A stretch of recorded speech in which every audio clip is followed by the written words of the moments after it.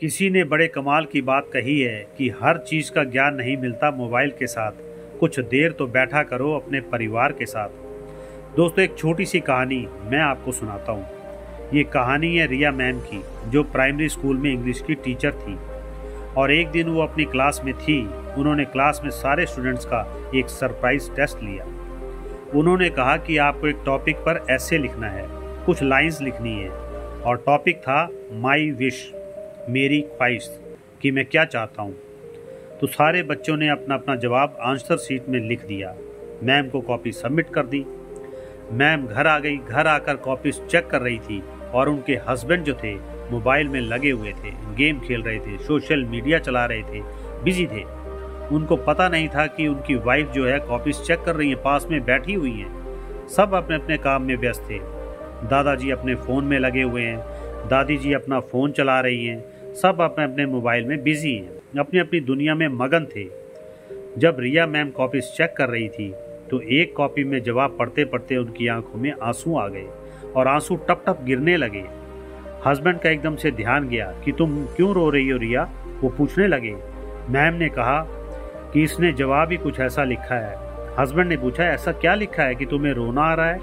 और क्या टॉपिक था जिस पर तुम इतना परेशान हो गई हो? कोई इमोशनल बात थी? रिया मैम ने कहा कि टॉपिक तो बहुत आसान था।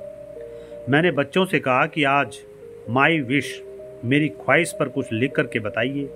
और एक बच्चे ने कुछ ऐसा लिख दिया है जो पढ़ करके मेरी आंखें नम हो गई हैं। मुझे समझ नहीं आ रहा है मैं क्या करूं। हस्बैंड ने पूछा, नहीं, क्या लिखा है? तो कहती हैं, एक बच्चे ने लिखा है कि मैं चाहता हूं कि मेरी ख्वाहिश है कि मोबाइल चला जाए, दूर चला जाए, हमारे घर से दूर चला जाए।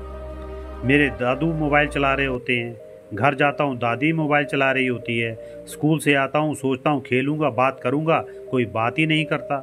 बुआ मोबाइल चला रही है, चाचू चाची सब मोबाइल चला रहे हैं। पापा स्कूल से आते हैं अपना काम निपटा करके तो वो भी मोबाइल चला रहे होते हैं। मम्मा मोबाइल चला रही होती हैं, मुझसे कोई बात ही नहीं करता।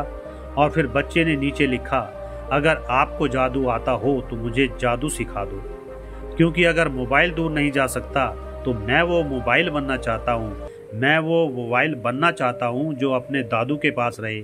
मैं वो मोबाइल बनना चाहता हूँ जिससे दादी को बड़ा प्यार है। मैं वो मोबाइल बनना चाहता हूँ जिसमें बुआ दिन भर व्यस्त रहती हैं।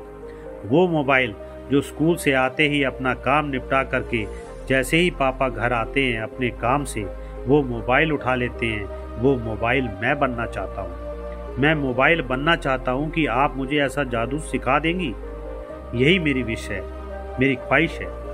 और ये बोलते बोलते मैम और ज़ोर से रो रही थी। हस्बैंड ने पूछा कि कैसा बच्चा है बेचारा, घर वाले उसको टाइम नहीं देते होंगे।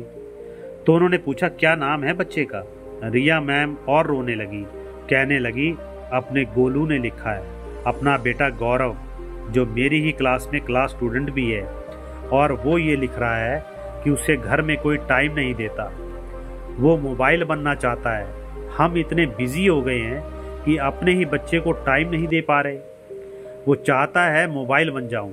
ये कहानी उन मैम की, उनके बच्चे की नहीं है, ये कहानी हम सब की है। हम में से ज़्यादातर लोग सिर्फ मोबाइल के साथ चिपक गए हैं। ये मोबाइल आया था ताकि हम कनेक्ट हो पाएं, लेकिन इस कनेक्शन में हम अपने ही लोगों से डिस्कनेक्ट हो गए। घर में आजकल एक दूसरे से बात करने के लिए लोगों के पास में टाइम नहीं है। जरा सोचिएगा, ये कहानी सोचने पर मजबूर कर देगी। परिवार के लिए समय निकालिए, क्योंकि दुनिया के लिए सिर्फ आप एक इंसान हैं, लेकिन अपने परिवार के लिए आप पूरी दुनिया हैं। अंत में मैं यही कहना चाहूँगा, कर दिखाओ कुछ ऐसा कि दुनिया बनना चाहे आपके जैसा। Thank you so much. आपका प्यार और आशीर्वाद ऐसे ही बना रहे।